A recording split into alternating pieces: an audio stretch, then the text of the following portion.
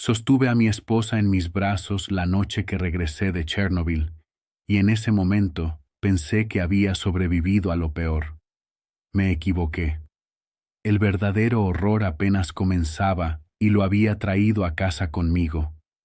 Mi nombre es Oleksandr Melnik, pero todos los que me conocían me llamaban Sasha.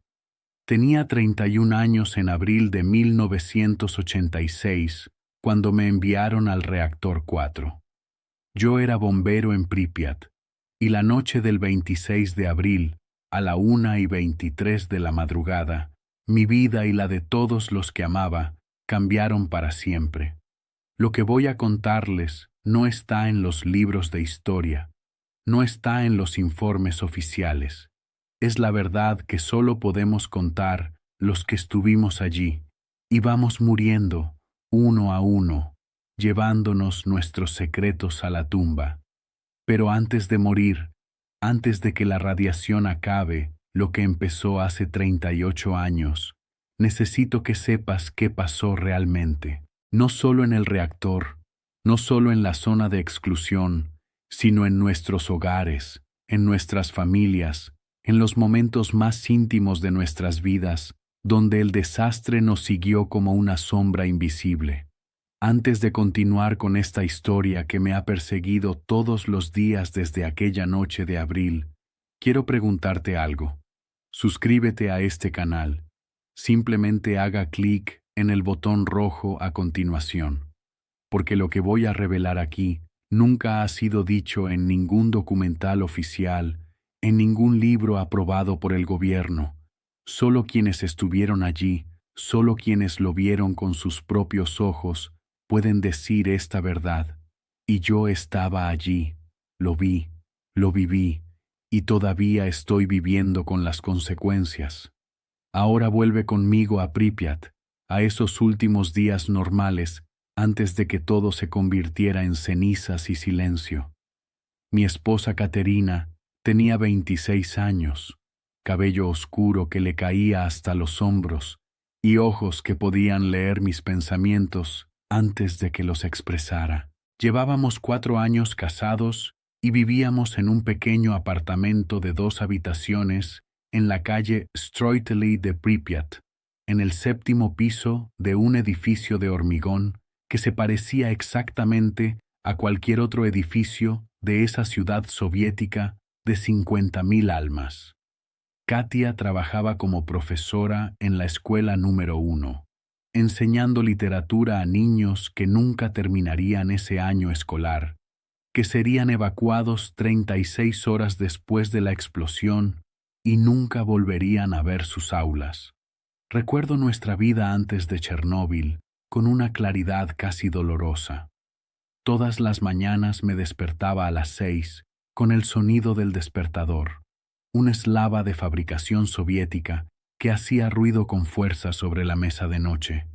Katia todavía estaría durmiendo, su respiración era suave y constante, y yo la observaría por un momento antes de levantarme, tratando de memorizar su rostro a la luz de la mañana que entraba a través de nuestras finas cortinas. Preparé té en nuestra pequeña cocina, con la tetera silbando en la cocina eléctrica, y comí pan negro con mantequilla, y a veces un trozo de salchicha si hubiéramos podido encontrarlo en la tienda esa semana. A las 7 me despedía de Katia con un beso. Ella murmuraba algo sin abrir los ojos y bajaba los 7 tramos de escaleras, porque el ascensor siempre estaba averiado, hacia las calles de Pripyat, donde el aire olía a pinos del bosque que rodeaba nuestra ciudad. La estación de bomberos estaba a 15 minutos a pie de nuestro apartamento, un edificio moderno, con puertas rojas y equipamiento que, según nos dijeron, era el mejor de la Unión Soviética. Mi turno comenzaba a las 8 de la mañana y durante 12 horas esperaba, jugaba a las cartas con mis compañeros, daba mantenimiento a los camiones y rezaba para que no pasara nada grave. Pripyat era una ciudad segura, una ciudad soviética modelo, construida para los trabajadores de la central nuclear. Teníamos una piscina, un centro cultural, un parque de diversiones que estaba previsto abrir el 1 de mayo para las celebraciones del 1 de mayo. La vida era buena. La vida era predecible. La vida era una mentira. Mi mejor amigo en la estación de bomberos era Taras Bondarenko, un hombre 2 años menor que yo, con una risa fuerte y una tendencia a contar chistes que le causaron problemas con nuestro comandante. Taras estaba casado con una mujer llamada Oksana y tenían una hija, la pequeña Yana, que tenía 3 años, rizos rubios y una sonrisa que podía derretir el hielo. Taras y yo habíamos entrenado juntos, habíamos combatido incendios juntos, habíamos salvado vidas juntos y confiábamos nuestras vidas el uno en el otro. La noche del 25 de abril ambos estábamos de servicio. Era viernes por la noche y la ciudad estaba tranquila. Taras y yo nos sentamos en la sala de descanso jugando al dominó, tomando té y sin hablar de nada importante. Me contó que Oksana quería visitar a su madre en Kiev el fin de semana siguiente y se quejaba de tener que tomar el tren, de que su hija lloraba todo el camino porque odiaba los trenes. Recuerdo reírme de sus quejas. Recuerdo haberle dicho que tenía suerte de tener problemas así, que un niño que lloraba era mejor que ningún niño.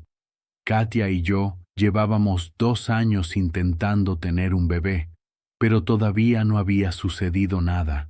Los médicos dijeron que no había, que algo andaba mal, que solo necesitábamos ser pacientes, que sucedería cuando debía suceder.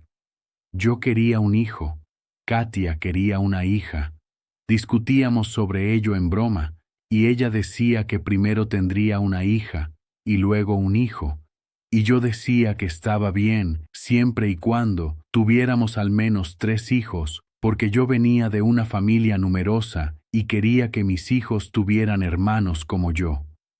Estos eran nuestros sueños, estos eran nuestros planes, estas eran las cosas de las que hablábamos en la cama por las noches, cuando la ciudad estaba oscura y silenciosa, y el futuro parecía algo que podíamos tener en nuestras manos.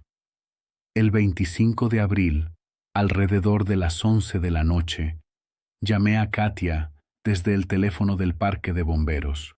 Todavía estaba despierta, leyendo un libro, y su voz sonaba soñolienta y cálida.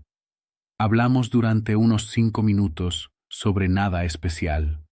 Me habló de su día, de una estudiante que había escrito un hermoso ensayo sobre la primavera, de cómo había comprado fresas frescas en el mercado y las estaba guardando para mí. Le dije que estaría en casa por la mañana, que podríamos desayunar juntos las fresas y que tal vez podríamos dar un paseo junto al río si hacía buen tiempo. Ella dijo que eso sonaba perfecto. Ella dijo que me amaba. Le dije que yo también la amaba. Le dije que la vería por la mañana. Esa fue la última conversación normal que tuvimos. 1 hora y 23 minutos después de la medianoche del 26 de abril de 1986, la tierra debajo de la estación de bomberos tembló. No fue una sacudida violenta, no como un terremoto, sino un ruido sordo que hizo que las ventanas vibraran y que el té de mi taza se agitara en círculos. Taras y yo nos miramos, y antes de que ninguno de los dos pudiera hablar, sonó la alarma. Incendio en la central nuclear. Reactor número 4. Tomamos nuestro equipo y corrimos hacia los camiones. Recuerdo la sensación de adrenalina, la oleada de propósito, el entrenamiento tomando el control. No tuve miedo, estaba emocionado. Para eso entrenábamos, para eso estábamos preparados. Un incendio en la central nuclear era grave, sí, pero seguía siendo solo un incendio, y nosotros éramos bomberos. Sabíamos cómo combatir los incendios. Condujimos hacia la planta, y a medida que nos acercábamos, vi algo en el cielo que nunca antes había visto. Una columna de luz, azul y blanca e increíblemente brillante, se eleva desde el edificio del reactor como un pilar que conecta la tierra con el cielo. Taras dijo algo que no recuerdo, algo sobre lo hermoso que era, y yo estuve de acuerdo. Fue hermoso. También fue mortal, pero aún no lo sabíamos. Cuando llegamos a la planta, reinaba el caos, gente corriendo, gritando, humo y vapor por todas partes, trozos de grafito esparcidos por el suelo como piedras negras. Nuestro comandante, el teniente Pravik, ya estaba organizando equipos, gritando órdenes, y yo me puse en formación con Taras y otros 4 hombres. Nuestro trabajo consistía en subir al tejado de la sala de turbinas y apagar los incendios que allí se propagaban. Subimos las escaleras y con cada paso sentí que el calor crecía, no por el fuego, sino por algo más, algo que no podía nombrar.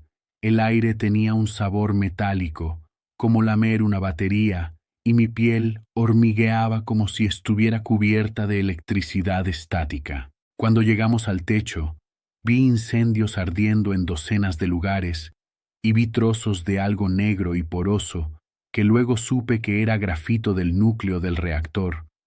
No sabía qué era el grafito. No sabía que era radiactivo.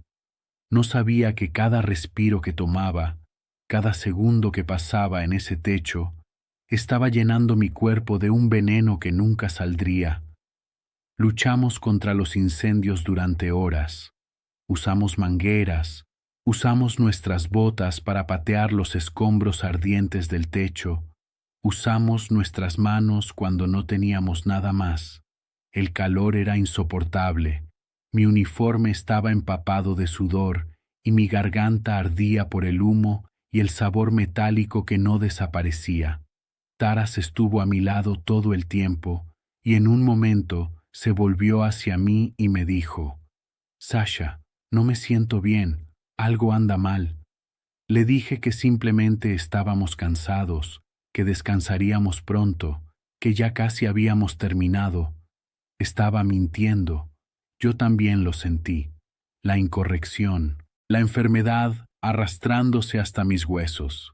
Pero lo dejé de lado porque teníamos un trabajo que hacer, porque yo era un bombero soviético y no nos dimos por vencidos, porque pensé que si seguía trabajando, seguía moviéndome, podría dejar atrás cualquier cosa invisible que estuviera tratando de atraparme. Cuando salió el sol el 26 de abril, los incendios en el tejado estaban casi apagados. Taras y yo bajamos las escaleras, nos temblaban las piernas y estábamos exhaustos, y nos reunimos con los otros hombres en el estacionamiento. El teniente Pravik estaba allí, y tenía un aspecto terrible, con el rostro pálido y sudoroso, y los ojos desenfocados. Nos dijo que lo habíamos hecho bien, que éramos héroes, que debíamos ir al puesto médico a que nos revisaran antes de volver a casa. La estación médica era un pequeño edificio cerca de la entrada de la planta, y cuando entramos ya había docenas de hombres allí, sentados en bancos, apoyados contra las paredes, algunos pupe omitiendo en cubos. Una enfermera, una joven cuyo nombre nunca supe, me tomó la temperatura y me miró a los ojos con una pequeña lucecita. Escribió algo en un portapapeles y me dijo que me sentara y esperara. Esperé 2 horas. En ese momento, 3 hombres se desplomaron. Uno de ellos era el teniente Pravik. Lo sacaron en camilla y nunca más lo volví a ver. Más tarde supe que murió en el hospital número 6 de Moscú el 11 de mayo de 1986, 15 días después de la explosión. Su piel se desprendió en sábanas. Sus órganos se licuaron. Tenía 33 años. Pero eso todavía no lo sabía. La mañana del 26 de abril me dijeron que podía irme a casa. Dijeron que había estado expuesto a la radiación, pero no lo suficiente como para ser peligroso. Dijeron que debía descansar, beber muchos líquidos e informar si sentía algún síntoma. No me dijeron qué síntomas buscar. No me dijeron que ya me estaba muriendo. No me dijeron que ahora era una fuente ambulante de contaminación, que mi ropa, mi piel, mi aliento, todo en mí era radiactivo.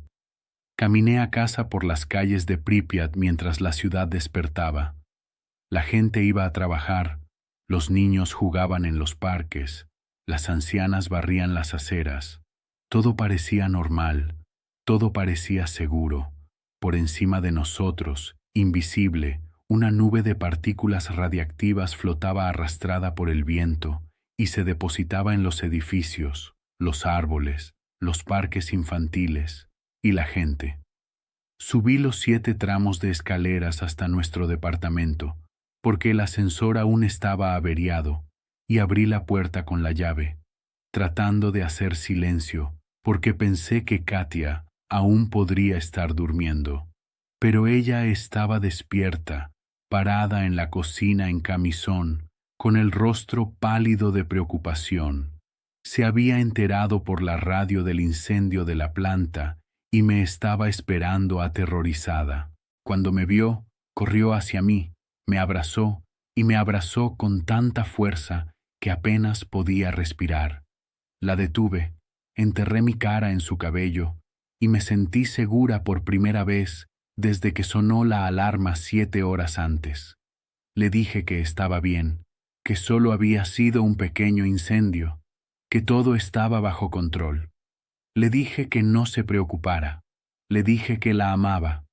Ella lloró contra mi pecho, le acaricié el cabello y le prometí que todo estaría bien. Estaba contaminado. Mi ropa estaba contaminada. Mi piel estaba contaminada. Y en ese abrazo le pasé radiación a mi esposa. Yo no lo sabía. ¿Cómo podría saberlo? Me dijeron que podía irme a casa. Me dijeron que era seguro. Mintieron. Ahora quiero saber algo de ustedes que están escuchando del otro lado. ¿Desde dónde estás viendo esto? Comenta abajo.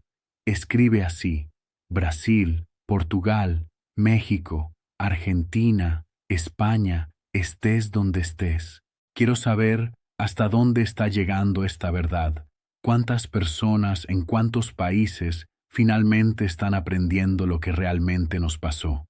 Adelante, comenta ahora, solo te llevará 2 segundos. Ahora permítanme volver a esos días terribles. Me quité el uniforme en el baño y Katia recogió la ropa para lavarla. Le dije que no lo hiciera, que luego los lavaría yo misma, pero ella insistió. Dijo que parecía agotado, que necesitaba dormir, que ella se encargaría de todo. Metió mi uniforme en la lavadora y mientras funcionaba, me quedé en la ducha durante 30 minutos, frotándome la piel hasta que se puso roja, tratando de eliminar el olor a humo y metal. El agua corría negra por el desagüe. Lo miré y pensé que me estaba limpiando. Yo no lo era. No se puede eliminar la radiación con agua y jabón. No puedes quitártelo de la piel. Está dentro de ti, en tus células, en tu ADN, reescribiendo el código de tu cuerpo, convirtiéndote en algo que eventualmente se destruirá a sí mismo. Después de ducharme, me puse ropa limpia y me desplomé en nuestra cama. Katia se acostó a mi lado, apoyó la cabeza en mi pecho y escuchó los latidos de mi corazón. Dijo que sonaba fuerte, que estaría bien, que solo necesitaba descansar. Me quedé dormido con ella en mis brazos y dormí 14 horas seguidas.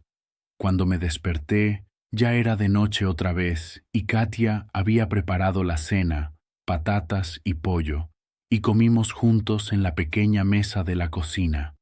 Me dijo que la ciudad estaba siendo evacuada, que los autobuses llegarían al día siguiente, que teníamos que empacar solo lo esencial, que estaríamos fuera por 3 o tal vez 4 días mientras limpiaban el accidente en la planta. 3 o 4 días. Eso es lo que nos dijeron. Pripyat ha estado vacía durante 38 años.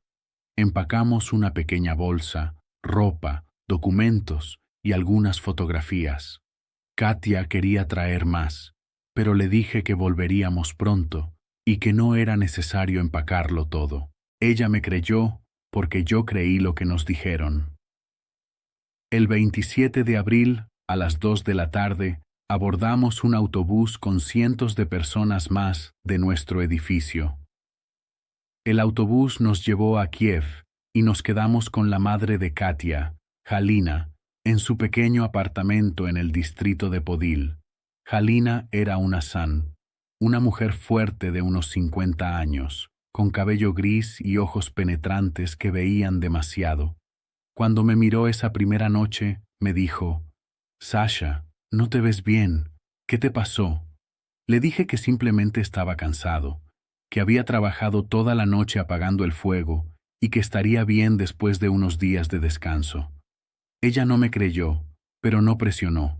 En cambio, me preparó té con miel y me dijo que lo bebiera lentamente, y me miró con esos ojos penetrantes como si pudiera ver la radiación dentro de mí, como si pudiera ver el futuro que se avecinaba para todos nosotros. Los días siguientes en Kiev fueron extraños. Katia y yo intentamos fingir que todo era normal. Dimos paseos por el río Dnieper, visitamos los mercados, hablamos sobre lo que haríamos cuando regresáramos a Pripyat. Hablamos del futuro como si todavía tuviéramos uno. El 3 de mayo, una semana después de la explosión, comencé a sentirme mal. Comenzó con náuseas, una oleada que me invadió mientras desayunábamos, y apenas llegué al baño cuando vomité. Katia estaba preocupada y quería que fuera al médico, pero le dije que probablemente era algo que había comido y que se le pasaría. No pasó. Durante los 2 días siguientes, las náuseas empeoraron. Tuve fiebre y me sentí tan débil que apenas podía mantenerme en pie. La madre de Katia llamó a un médico, un anciano llamado Dr. Petrov, que practicaba la medicina desde hacía 40 años. Me examinó en la sala de estar de Halina, tomándome la temperatura, escuchando mis pulmones, mirando mi piel. Cuando terminó, se sentó frente a mí y me preguntó si había estado en Chernobyl. Le dije que sí. Me preguntó qué había hecho allí. Le dije que había combatido incendios en el techo de la sala de turbinas. Se quedó en silencio durante un largo momento y luego dijo: «Tienes que ir al hospital, hoy, ahora mismo». La cara de Katia se puso blanca. Ella preguntó qué pasaba, si era grave. El doctor Petrov la miró, luego me miró y dijo: «Síndrome de radiación aguda. Ha estado expuesto a una dosis significativa de radiación. Necesita tratamiento especializado de inmediato». Así acabé en el hospital número 6 de Moscú. Esa misma noche me subieron a un tren y Katia vino conmigo, tomándome de la mano durante todo el viaje de 12 horas, mientras yo perdía y perdía el conocimiento, sudaba a través de la ropa y vomitaba en un balde que una amable enfermera seguía vaciando. El hospital número 6 de Moscú fue donde llevaron a todas las víctimas de Chernobyl, los bomberos, los trabajadores de la planta, los soldados, cualquiera que hubiera estado expuesto a altos niveles de radiación. Cuando llegamos, el hospital ya estaba lleno. Hombres acostados en camas en los pasillos, hombres con la piel oscureciéndose y desprendiéndose, hombres gritando de dolor, hombres muriendo. Me pusieron en una sala con otros 11 hombres, todos nosotros bomberos de Pripyat. Taras estaba allí, en la cama junto a la mía. Cuando lo vi, apenas lo reconocí. Tenía la cara hinchada, la piel cubierta de ampollas, y el pelo se le caía a mechones. Me miró y trató de sonreír, pero tenía los labios agrietados y sangrando, y la sonrisa parecía más bien una mueca. Él dijo: «Sasha, estamos en problemas, amiga mía». Le dije: «Estaremos bien, somos fuertes, saldremos de esto». Me equivoqué. Durante las siguientes 3 semanas vi morir a 11 hombres. Vi cómo sus cuerpos se desmoronaban, su piel se caía, sus órganos fallaban y sus mentes se deterioraban. Observé a médicos y enfermeras intentar todo lo que pudieron, transfusiones, injertos de piel y tratamientos experimentales, y nada funcionó. La radiación no es como otras lesiones. No puedes coserlo, ni amputarlo, ni curarlo con medicamentos. Está dentro de ti, destruyéndote desde adentro hacia afuera, y todo lo que puedes hacer es esperar y desear que tu cuerpo sea lo suficientemente fuerte para sobrevivir. Taras Bondarenko murió el 22 de mayo de 1986, 26 días después de la explosión. Tenía 29 años. Antes de morir, me pidió que le dijera a Oksana que la amaba, que le dijera a Yana que su papá lamentaba no poder volver a casa, que les dijera que lo había intentado.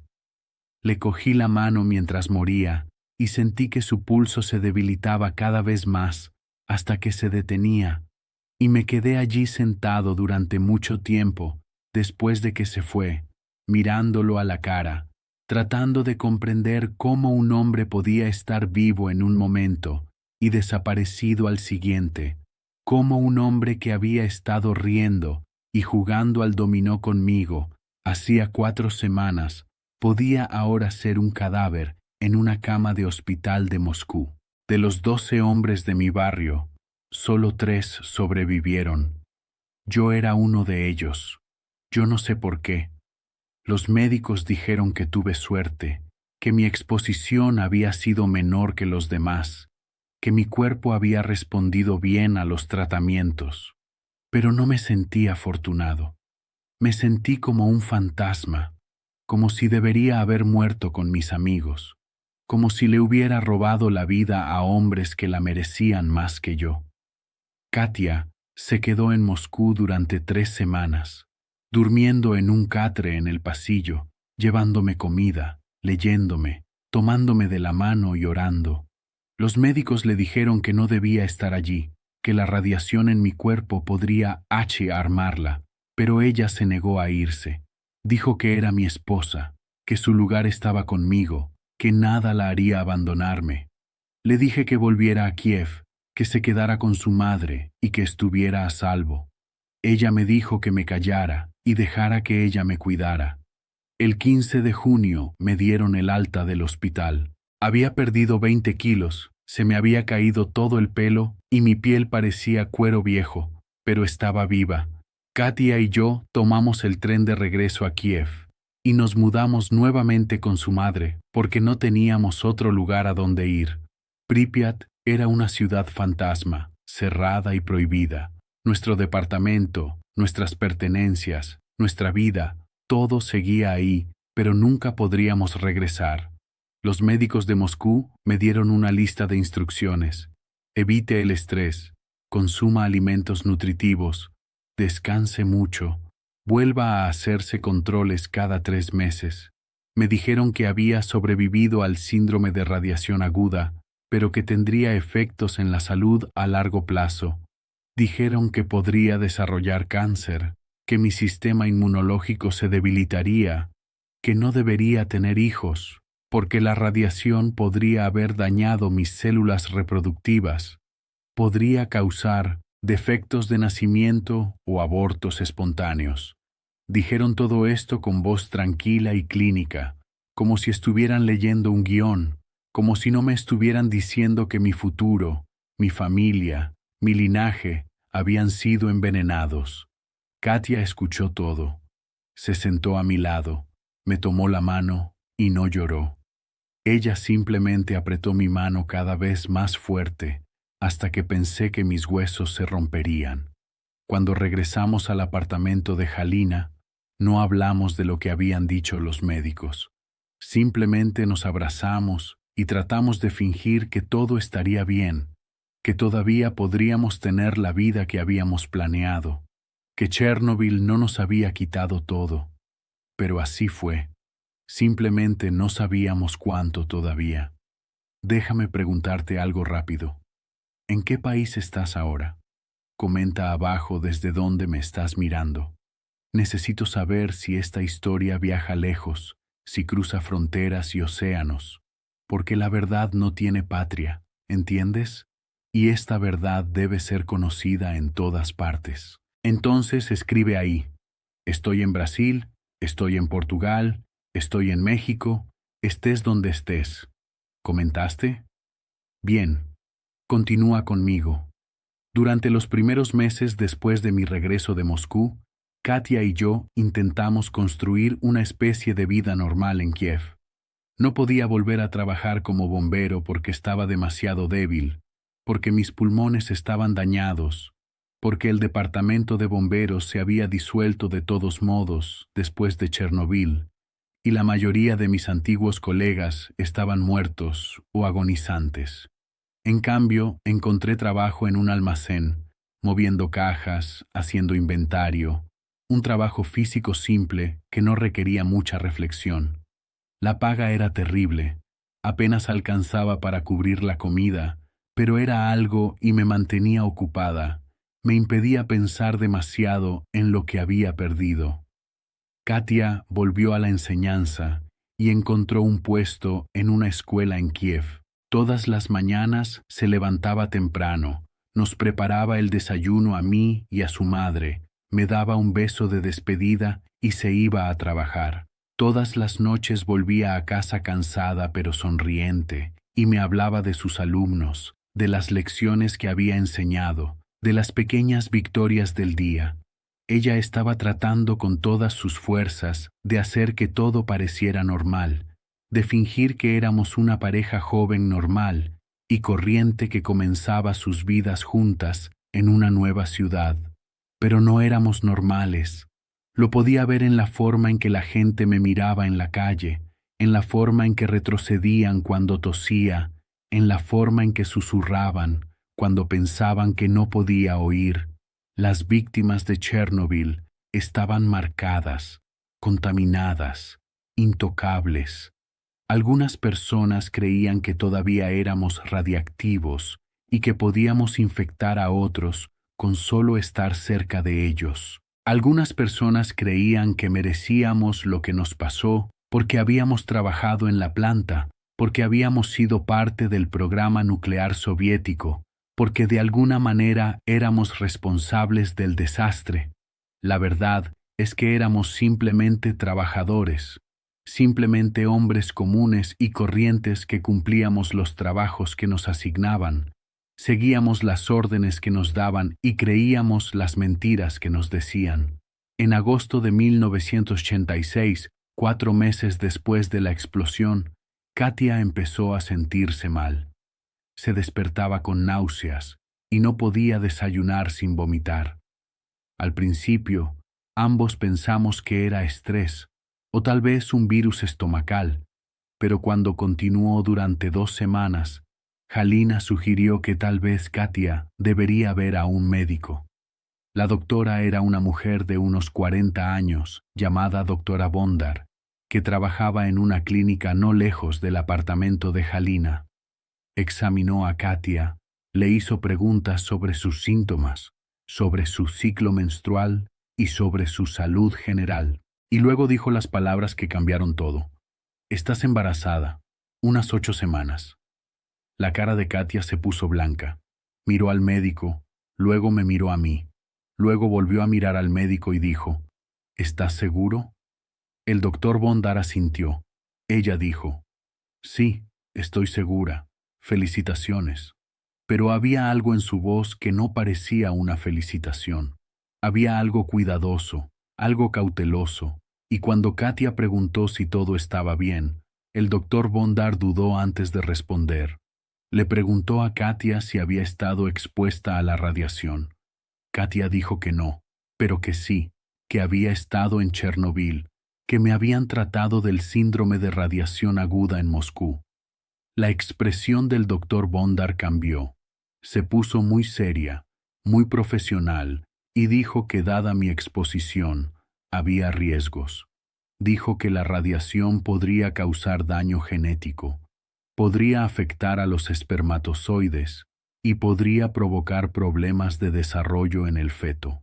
Dijo que Katia debería considerar todas sus opciones y comprender los riesgos antes de tomar cualquier decisión. Lo dijo con mucho cuidado y delicadeza, pero ambos entendimos lo que quería decir. Ella estaba sugiriendo que Katia interrumpiera el embarazo. Caminamos a casa desde la clínica en silencio. Era una cálida tarde de agosto y las calles estaban llenas de gente disfrutando de las últimas semanas del verano, pero apenas los noté. Lo único en lo que podía pensar era en lo que había dicho el médico, sobre el daño genético, sobre los problemas de desarrollo, sobre los riesgos. Cuando regresamos al apartamento, Halina nos estaba esperando. Se dio cuenta inmediatamente de que algo andaba mal, y Katia se lo dijo. Halina no dijo nada durante un largo rato. Ella simplemente miró a Katia, luego me miró a mí y luego dijo, ¿qué vas a hacer? Katia dijo, no lo sé. Le dije, el médico dijo que existen riesgos. Halina dijo, siempre hay riesgos, la vida es un riesgo, pero este es tu hijo, tu bebé, y lo has deseado durante tanto tiempo. Katia comenzó a llorar entonces, la abracé y no sabía qué decir porque una parte de mí estaba aterrorizada. Una parte de mí quería protegerla de cualquier posible daño. Una parte de mí pensó que tal vez el médico tenía razón, que tal vez era demasiado peligroso, que tal vez no deberíamos correr el riesgo. Pero otra parte de mí, una parte más profunda, deseaba a este bebé más de lo que yo había deseado jamás en mi vida. Quería pruebas de que todavía estaba vivo, que todavía podía crear vida, que Chernobyl no lo había destruido todo. Quería tener un hijo con Katia, un hijo o una hija que tuviera sus ojos y mi terquedad, que creciera fuerte, sano y libre. Quería creer que el futuro todavía era posible. Esa noche, Katia y yo nos acostamos en la cama y hablamos hasta que salió el sol.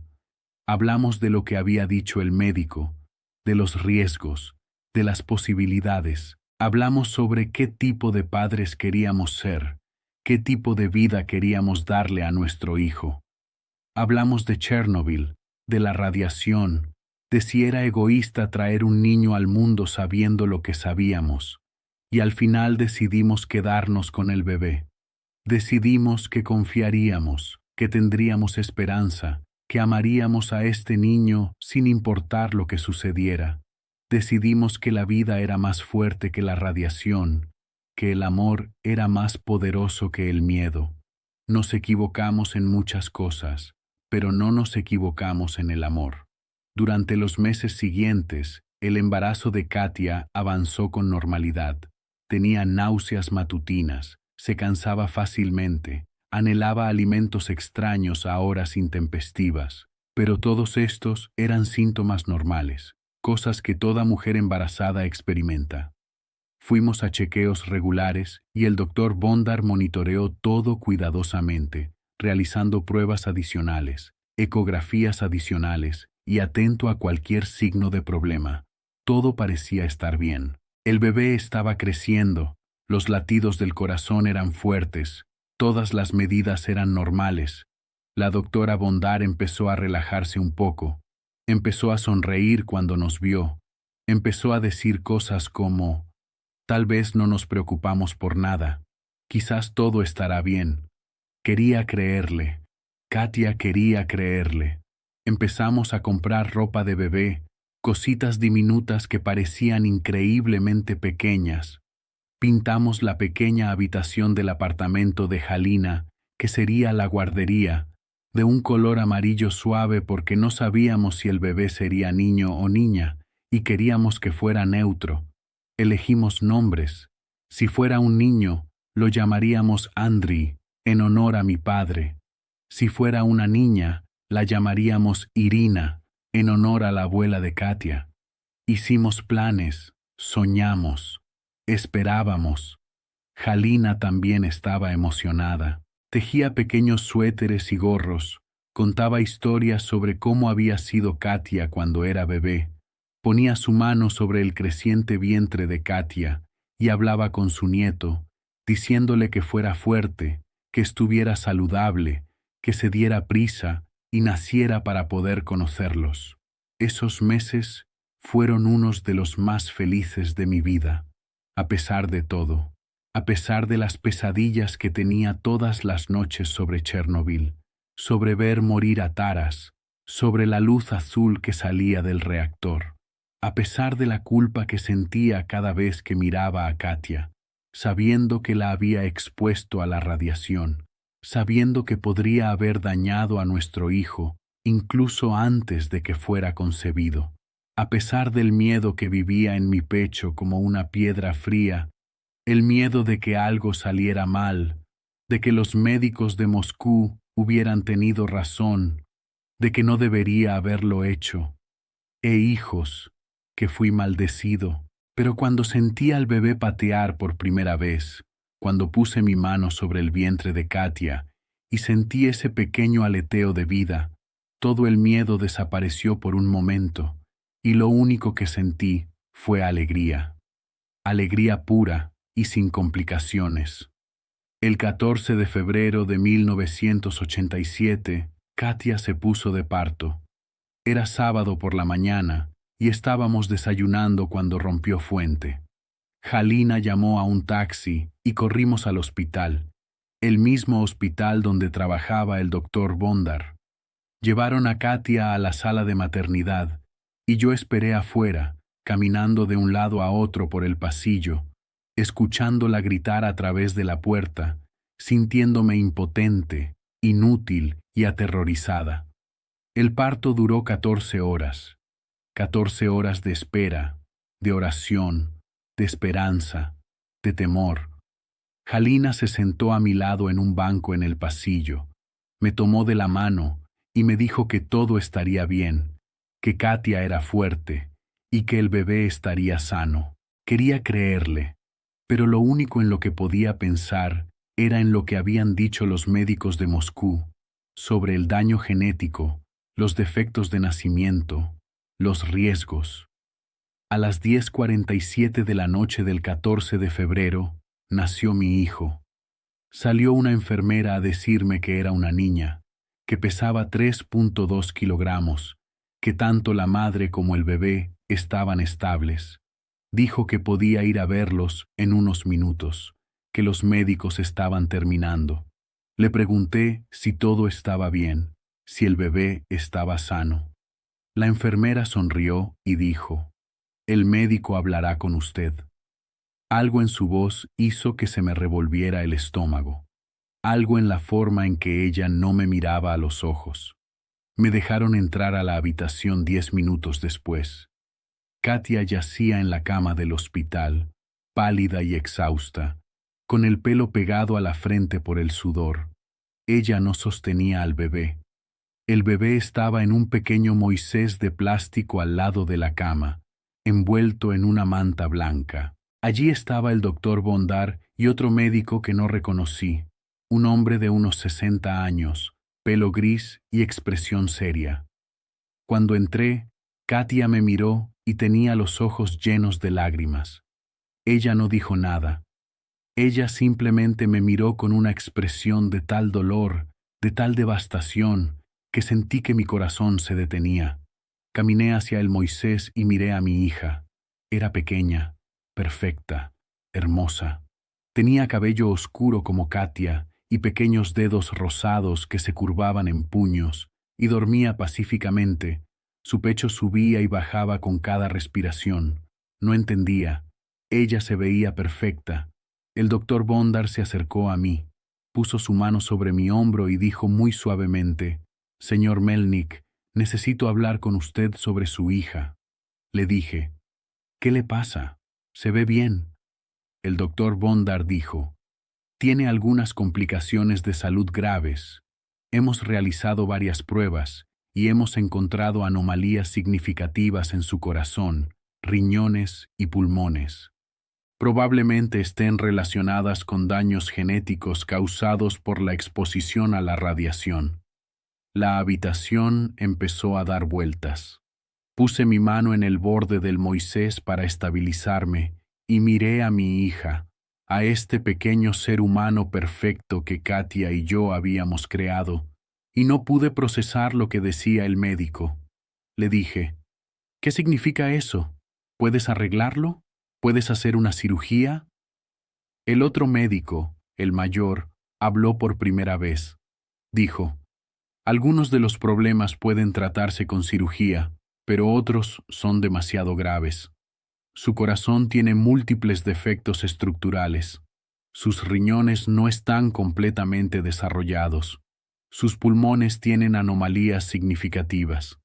Incluso con intervención, su pronóstico es muy malo. Dije, ¿qué tan pobre? Él dijo, días, quizás semanas. Lo siento. Miré a Katia, y ella estaba sollozando. Todo su cuerpo temblaba por la fuerza de su dolor, y fui hacia ella y la abracé, y lloramos juntas, mientras nuestra hija dormía en el Moisés a 1 metro de distancia, sin saber que acababa de nacer en un mundo que ya se estaba preparando para dejarla ir. Nos dejaron retenerla, nos trajeron a esta cosita diminuta y frágil, la colocaron en los brazos de Katia y la miramos juntos, memorizando cada detalle de su rostro, su naricita, sus orejas diminutas, la forma en que sus pestañas descansaban sobre sus mejillas. La llamamos Irina, tal como habíamos planeado. Pasamos 3 días con ella, 3 días de abrazarla, hablarle, cantarle, amarla con cada fibra de nuestro ser.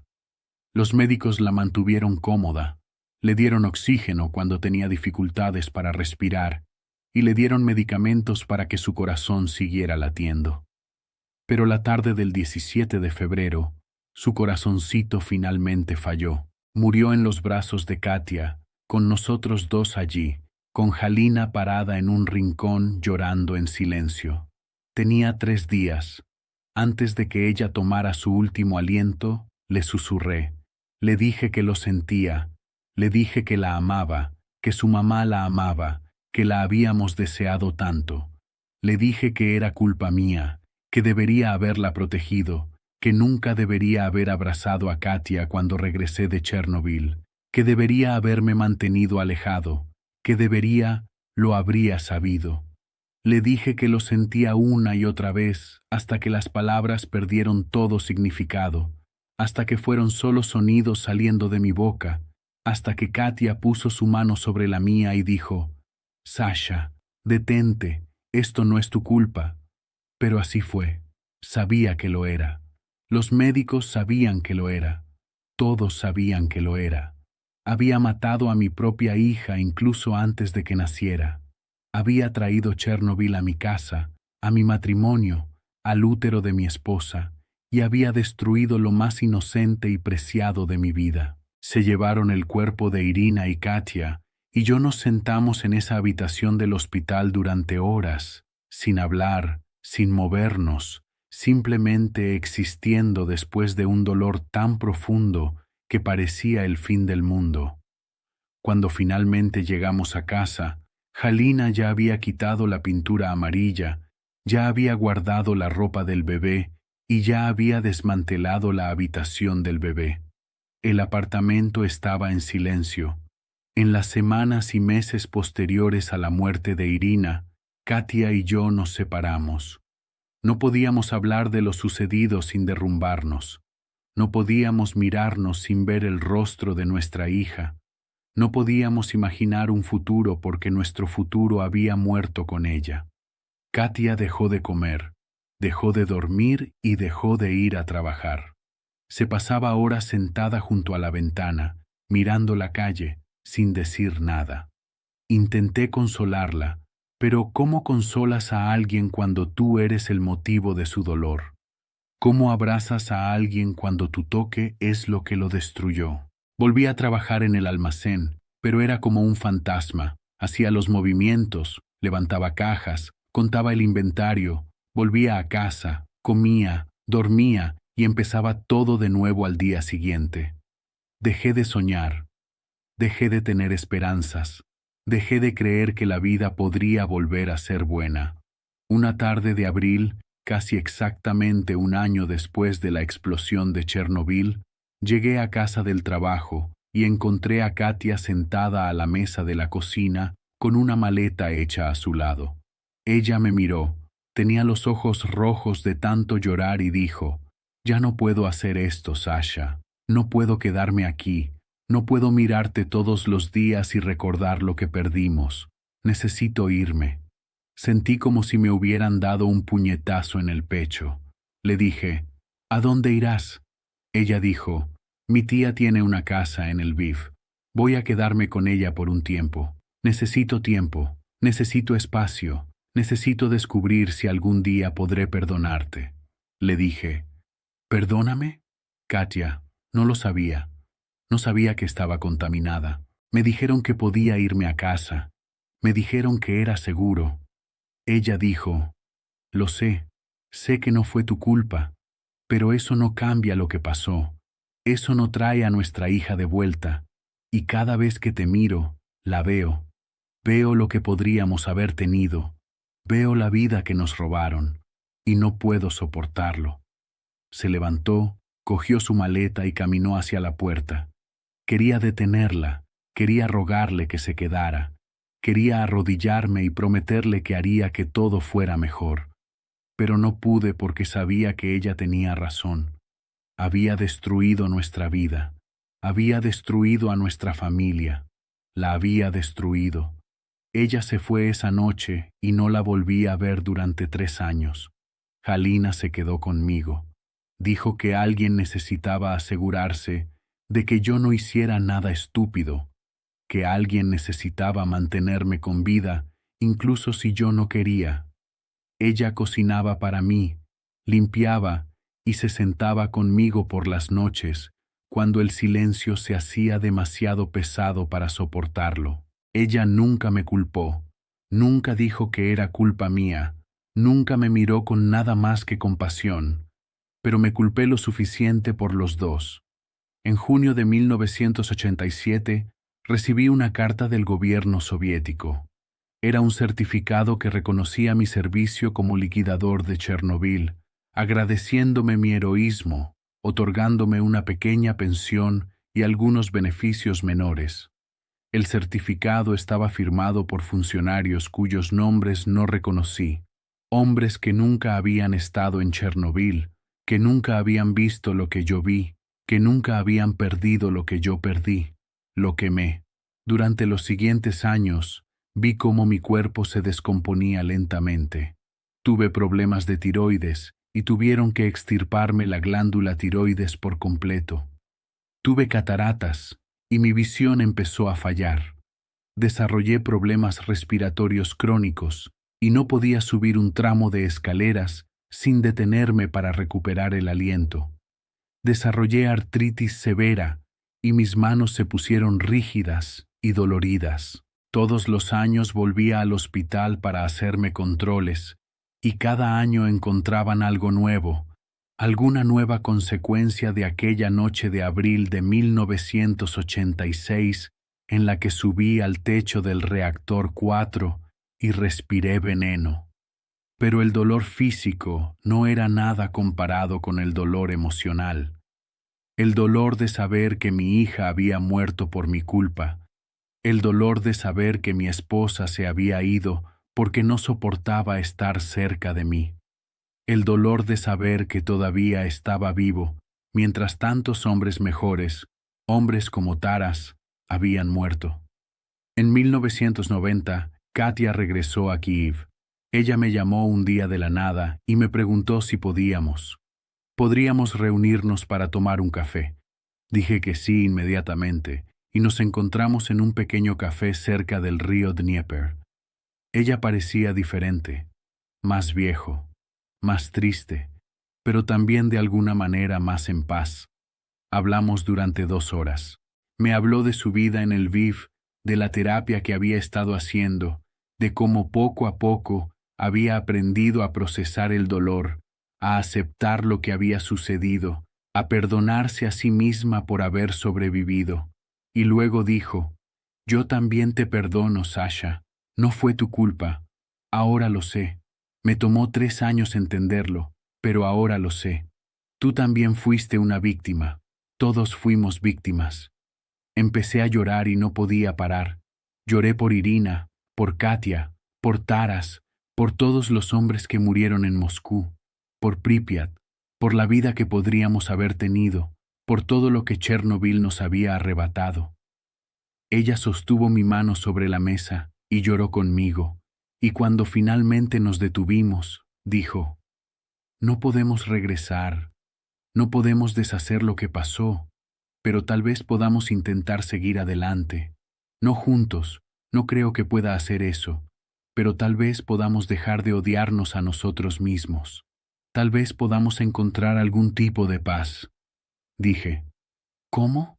Ella dijo: diciendo la verdad, asegurándonos de que la gente sepa lo que realmente pasó, asegurándonos de que la muerte de Irina significó algo. Y es por eso que estoy aquí hoy, contándoles esta historia.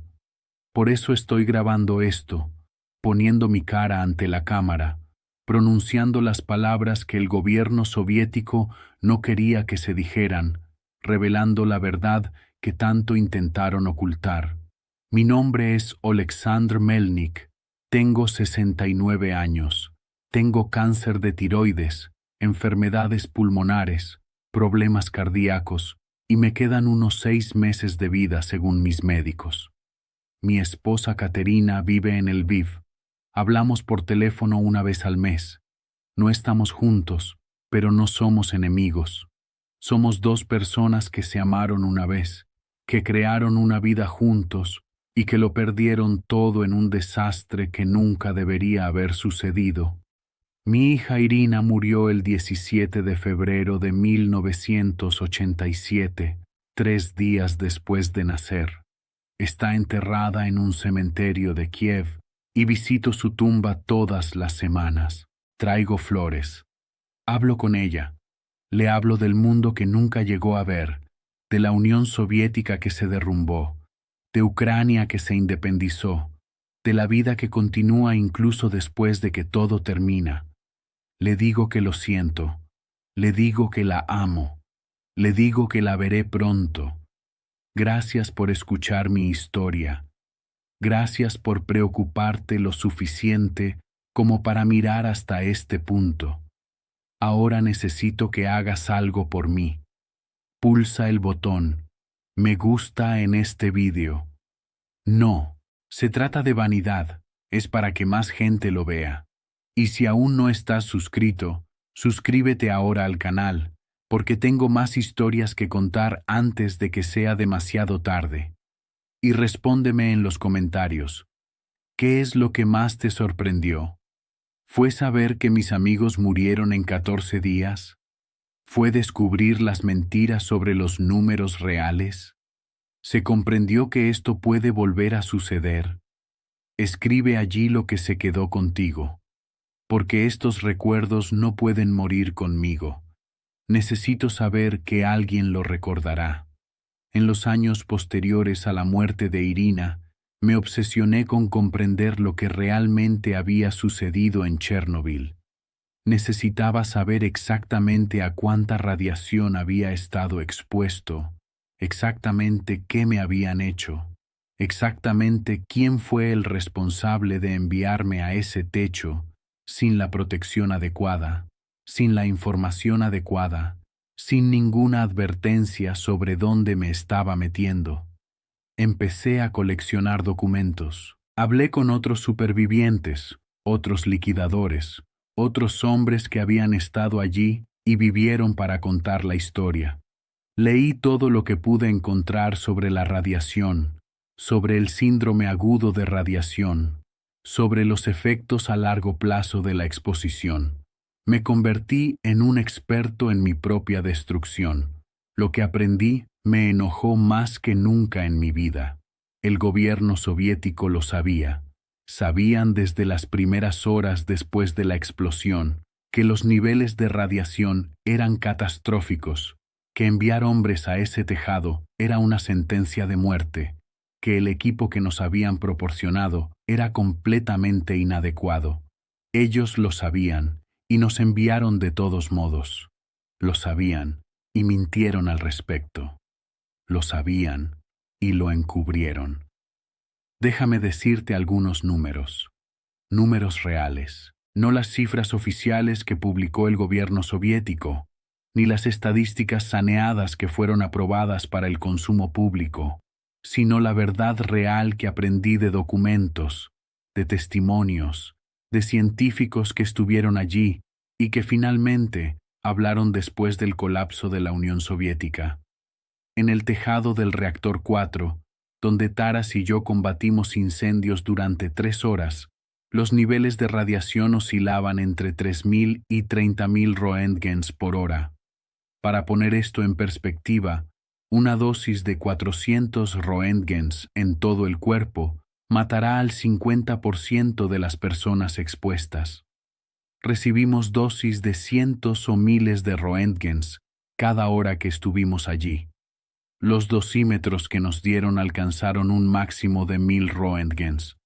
Cuando alcanzaron ese límite, simplemente dejaron de contar. Ellos no G o superior.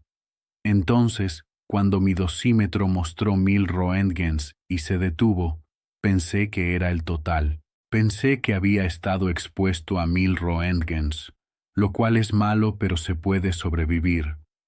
La verdad es que probablemente estuve expuesto a entre 6.000 y 12.000 roentgens en total durante esas 3 horas en el techo. Esto es entre 15 y 30 veces la dosis letal. Debería haber muerto. Todos los que estaban en ese tejado deberían haber muerto. Algunos de nosotros morimos, como el teniente Pravik, Vladimir Pravik, Nikolai Vaschuk y Víctor Kivenok. Todos murieron 2 o 3 semanas después de la explosión. Su piel se volvió negra y se despegó en láminas. Sus órganos internos se licuaron. Tosieron pedazos de sus propios pulmones. Sangraron por todos los orificios. Se quedaron ciegos. Se volvieron locos de dolor. Y luego murieron. La cifra oficial de muertos soviéticos en Chernobyl es de 31 personas. Ese número es una broma. Ese número es un insulto. Esa cifra incluye solo las muertes inmediatas en las primeras semanas después de la explosión. No cuenta a los liquidadores que murieron meses o años después a causa de cánceres inducidos por la radiación. No cuenta a los civiles que fueron evacuados de Pripyat y sus alrededores y que murieron de cáncer de tiroides, leucemia y otras enfermedades relacionadas con la radiación. No cuenta a los niños como mi hija, que nacieron con defectos de nacimiento fatales, porque sus padres habían estado expuestos. La verdadera cifra de muertos de Chernobyl está entre 4.000 y 93.000 personas, dependiendo del estudio que uno crea, de la metodología que utilice y de la definición de causalidad que acepte, de 4.000 a 93.000. Y el gobierno soviético dijo 31. Mintieron sobre los números, mintieron sobre los niveles de radiación, mintieron sobre el cronograma de evacuación, mintieron sobre la seguridad de los reactores restantes, mintieron sobre la contaminación del suministro de alimentos. Mintieron en todo. Quiero detenerme aquí y preguntarte algo. ¿Ya te suscribiste a este canal? Porque si no lo has hecho, necesito que lo hagas ahora mismo. Haga clic en ese botón. Esto no se trata solo de mí. Se trata de todos los que estuvimos allí, de todos los que nos mintieron, de todos los que fuimos sacrificados para que el gobierno soviético pudiera salvar las apariencias, pudiéramos fingir que su tecnología era perfecta, que su sistema era infalible. Suscríbete para que más personas vean esto. Suscríbete para que la verdad llegue más lejos. Suscríbete para que cuando esté muerta y enterrada junto a mi hija, alguien todavía sepa lo que realmente pasó. ¿Te suscribiste? Bien, déjame continuar. En 1991, la Unión Soviética colapsó. De repente, aparecieron documentos que habían estado clasificados durante 5 años. Los científicos que habían sido silenciados finalmente pudieron hablar. Los periodistas finalmente pudieron investigar sin temor a ser arrestados. Y la verdad empezó a salir a la luz. Aprendí que el diseño del reactor RBMK, del tipo que explotó en Chernobyl, tenía un defecto fundamental. Cuando el reactor se sobrecalentó, en lugar de apagarse automáticamente como se suponía, en realidad aceleró. Cuanto más se sobrecalentaba, más rápida era la reacción. A esto se le llamó coeficiente de vacío positivo e hizo que el reactor fuera inherentemente inestable. Los científicos soviéticos que diseñaron el reactor conocían este defecto. Sabían que, en determinadas condiciones, el reactor podría volverse incontrolable, pero la construyeron de todos modos porque era barata, porque era rápida de construir, porque los dirigentes soviéticos querían mostrar al mundo que podían construir plantas de energía nuclear mejor y más rápido que Occidente. Priorizaron la propaganda sobre la seguridad, priorizaron el orgullo sobre las vidas humanas. Me enteré de que la noche del 26 de abril, los operadores de Chernóbil estaban realizando una prueba de seguridad. Estaban tratando de ver si el reactor podría mantener energía durante una falla eléctrica simulada. La prueba requirió que desactivaran múltiples sistemas de seguridad, anularan los mecanismos de apagado automático y llevaran el reactor a una configuración inestable. Los operadores no quisieron hacer la prueba, sabían que era peligroso, pero les habían ordenado hacerlo los ingenieros superiores, a quienes les habían ordenado los altos directivos, a quienes les habían ordenado funcionarios del gobierno. Nadie podría decir que no, nadie podía cuestionar las órdenes. Esa era la manera soviética, obediencia por encima de todo. Y cuando el reactor empezó a sobrecalentarse durante la prueba, cuando los operadores intentaron apagarlo insertando las barras de control, descubrieron otro defecto de diseño. Las puntas de las barras de control estaban hechas de grafito, y cuando se insertaron por primera vez en el reactor, en realidad provocaron un breve pico en la reactividad antes de que se activara el efecto de apagado. Ese breve pico, que duró solo unos segundos, fue suficiente para desencadenar una reacción en cadena descontrolada. La potencia producida pasó de 200 megavatios a 30.000 megavatios en 4 segundos. 30.000 megavatios. La reacción fue diseñado para funcionar a 3.000 megavatios como máximo. Fue 10 veces más en 4 segundos. Las barras de combustible explotaron. El núcleo del reactor explotó. El edificio explotó. 2.000 toneladas de material radiactivo fueron lanzadas a la atmósfera, arrastradas por el viento a través de Ucrania, Bielorrusia, Rusia, Polonia, Suecia, Alemania y toda Europa. La explosión liberó 400 veces más radiación que la bomba atómica lanzada sobre Hiroshima. 400 veces. Y nos enviaron a combatirlo con mangueras de agua y uniformes de algodón. Me enteré de que en los días posteriores a la explosión, los funcionarios soviéticos debatieron si debían evacuar Pripyat. La ciudad estaba a menos de 3 kilómetros del reactor. Los niveles de radiación en la ciudad eran lo suficientemente altos como para causar enfermedades por radiación en niños en cuestión de días. Pero evacuar a 50.000 personas sería admitir que algo andaba muy mal. Causaría pánico. Haría que la Unión Soviética pareciera débil. Entonces esperaron. Esperaron 36 horas mientras los niños jugaban en polvo radiactivo, mientras la gente iba a trabajar, mientras las familias hacían picnic en parques cubiertos de veneno invisible. Cuando finalmente evacuaron la ciudad el 27 de abril, le dijeron a la gente que se ausentarían durante 3 días. 3 días. La gente dejó todo atrás. Juguetes, fotografías, ropa, muebles, mascotas. Pensaron que iban a regresar. Pripyat lleva 38 años abandonada. Será abandonado por miles más. Los niveles de radiación en algunas partes de la zona de exclusión no bajarán a niveles seguros hasta dentro de 24.000 años. 24.000 años. Esto es más largo que toda la historia humana registrada. Eso es lo que durarán las consecuencias de una noche, un error, una mentira. Después de enterarme de todo esto, después de comprender el alcance total del desastre y el encubrimiento, traté de obtener justicia. Intenté encontrar a los responsables y hacerles rendir cuentas. Escribí cartas a funcionarios del gobierno, a fiscales y periodistas. Di entrevistas a cualquiera que quisiera escuchar. Me uní a grupos de otros supervivientes de Chernobyl que exigían reconocimiento, compensación y atención médica. Algunas cosas cambiaron.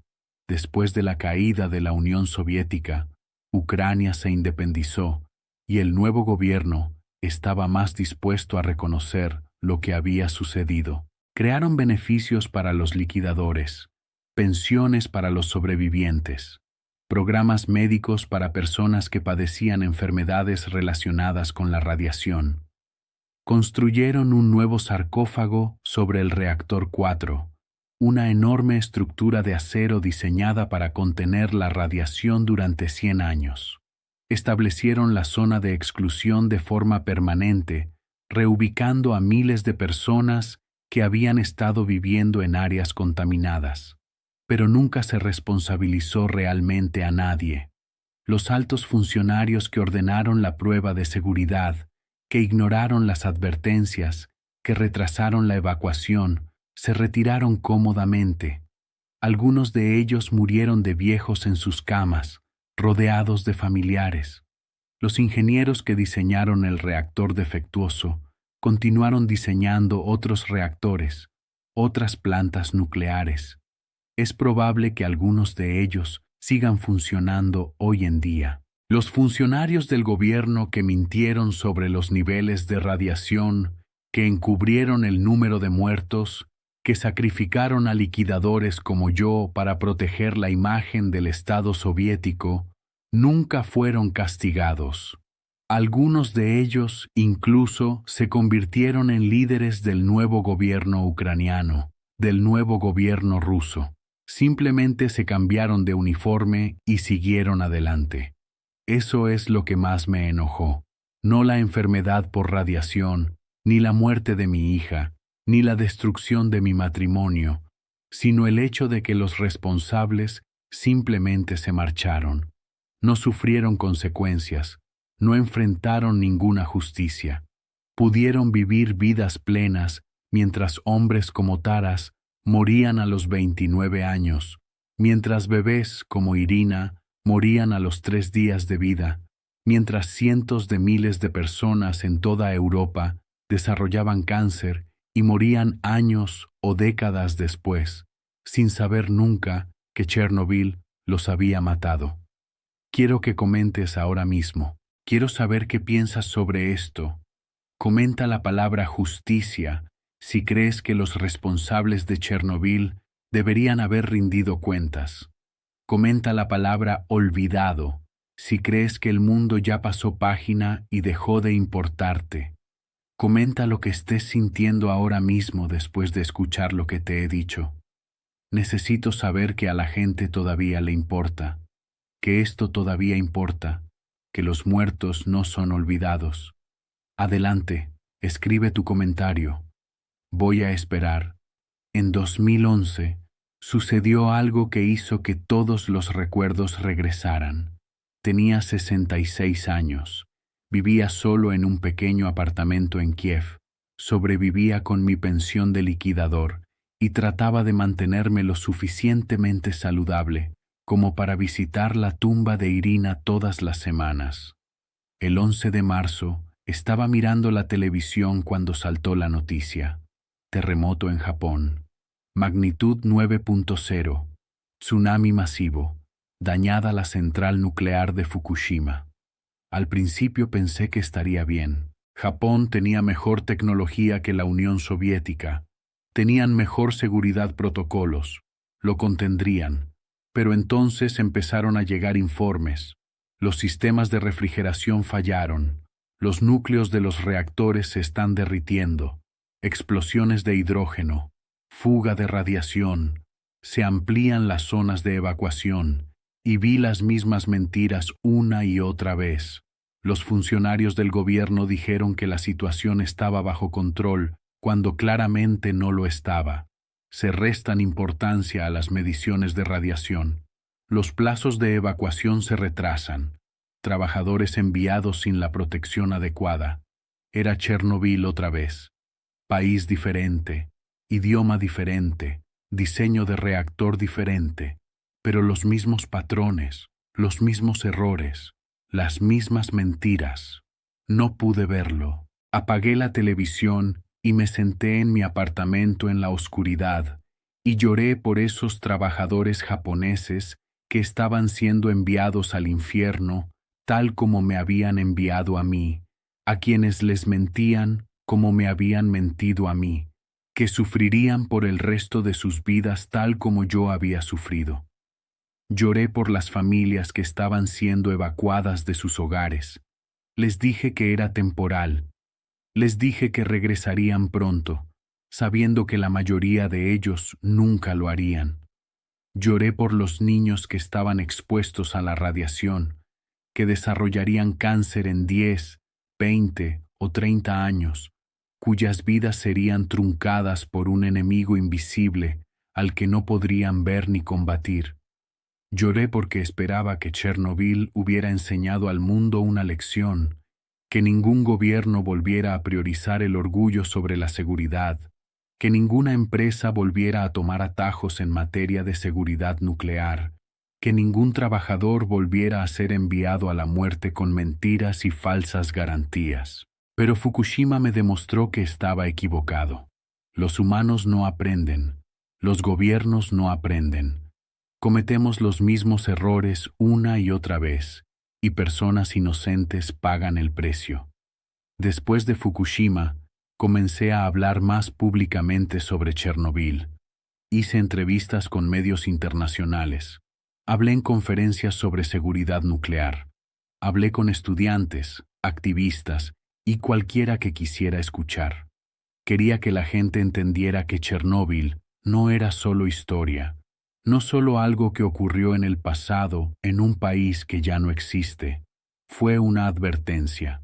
Era un anticipo de lo que podría volver a suceder, de lo que volvió a suceder en Fukushima, de lo que podría suceder mañana en cualquiera de los 440 reactores nucleares que actualmente funcionan en todo el mundo. Algunas personas escucharon, algunas personas tomaron en serio la advertencia, pero a la mayoría de la gente no le importaba. Chernobyl era noticia vieja. Fukushima estaba muy lejos. Los desastres nucleares son raros.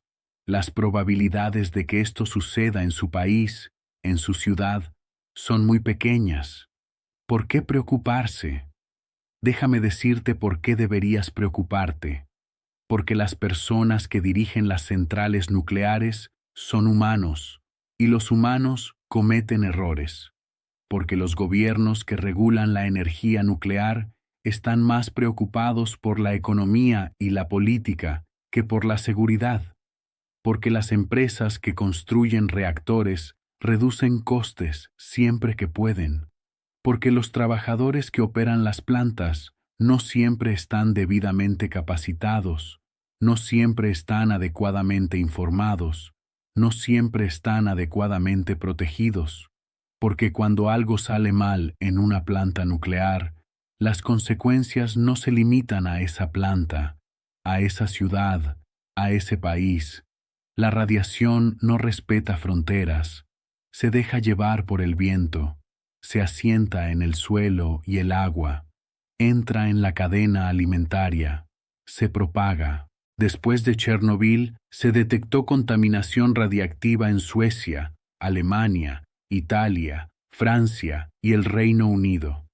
Las ovejas en Gales tuvieron que ser sacrificadas porque estaban demasiado contaminadas para comerlas. Renos en Noruega, hongos en Alemania, vino en Francia. todo contaminado, todo a causa de la explosión de un reactor a 2000 kilómetros de distancia. Si hoy ocurriera un accidente nuclear importante en Francia, que tiene 56 reactores nucleares, o en Estados Unidos, que tiene 93, la contaminación podría extenderse a continentes enteros. Millones de personas podrían quedar expuestas. Regiones enteras podrían volverse inhabitables durante miles de años. Y no hay nada que puedas hacer para protegerte. No puedes ver la radiación, no puedes olerlo, no puedes saborearlo, no puedes sentirlo hasta que sea demasiado tarde. Cuando usted desarrolla síntomas, el daño ya está hecho. Ahora déjame preguntarte algo y realmente quiero que pienses en esto. ¿Sabes si hay una central nuclear cerca de donde vives? ¿Sabes cuál es el plan de evacuación si algo sale mal? ¿Sabe dónde están las zonas seguras y hasta dónde tendría que llegar para escapar de la contaminación? La mayoría de la gente no lo sabe. La mayoría de la gente nunca ha pensado en ello. Comenta abajo y dime, ¿hay una planta nuclear cerca de ti? ¿Sabes dónde está? ¿Te sientes seguro? ¿O esta historia te preocupa? Quiero saber de ti. Escribe tus pensamientos. Comparte tus miedos. Déjeme saber si esto ha cambiado su forma de pensar sobre la energía nuclear. Tu comentario importa, tu voz importa, la conversación importa. En el año 2015 me diagnosticaron cáncer de tiroides. Los médicos dijeron que casi con certeza fue causado por mi exposición a la radiación hace un tiempo. Chernóbil. El cáncer de tiroides es uno de los cánceres más comunes entre los sobrevivientes de Chernobyl, porque la glándula tiroides absorbe yodo radiactivo que se liberó en grandes cantidades durante la explosión. Me extirparon la tiroides por completo. Ahora tomo pastillas de reemplazo hormonal todos los días por el resto de mi vida. En 2018 desarrollé cáncer de pulmón. De nuevo, inducido por la radiación. Me extirparon parte del pulmón izquierdo. Ahora apenas puedo subir un tramo de escaleras sin detenerme a recuperar el aliento. En 2022 desarrollé problemas cardíacos. Mi cardiólogo me dijo que mi corazón está trabajando a aproximadamente el 40% de su capacidad y que podría sufrir un ataque cardíaco fatal en cualquier momento. Me dijo que pusiera mis asuntos en orden. Fue entonces cuando decidí empezar a grabar estos videos. Ahora tengo 69 años. He sobrevivido a la mayoría de los hombres que estaban en ese techo conmigo. De los 47 bomberos que acudieron al incendio de Chernóbil esa noche, solo 6 siguen vivos hoy. 6 de 47. El resto murió por síndrome de radiación aguda, por cánceres, por ataques cardíacos, por fallas orgánicas, por todas las innumerables formas en que la radiación destruye el cuerpo humano. Taras murió en 1987. El teniente Pravik murió en 1987. Vladimir Shashenok murió durante la explosión, aplastado por los escombros. Nikolai Vaschuk murió en 1987. Víctor Kivenok murió en 1987. Alexander Lelechenko murió en 1987. Vasily Ignatenko murió en 1987. Todos ellos menores de 35 años. Cada uno de ellos con familias, esposas, hijos, padres que los amaban. Cada uno de ellos fue un héroe que salvó innumerables vidas al contener el fuego antes de que pudiera extenderse a los otros reactores, y cada uno de ellos asesinado por el mismo gobierno al que servían, sacrificado en el altar del orgullo y las mentiras soviéticas. Pienso en ellos todos los días.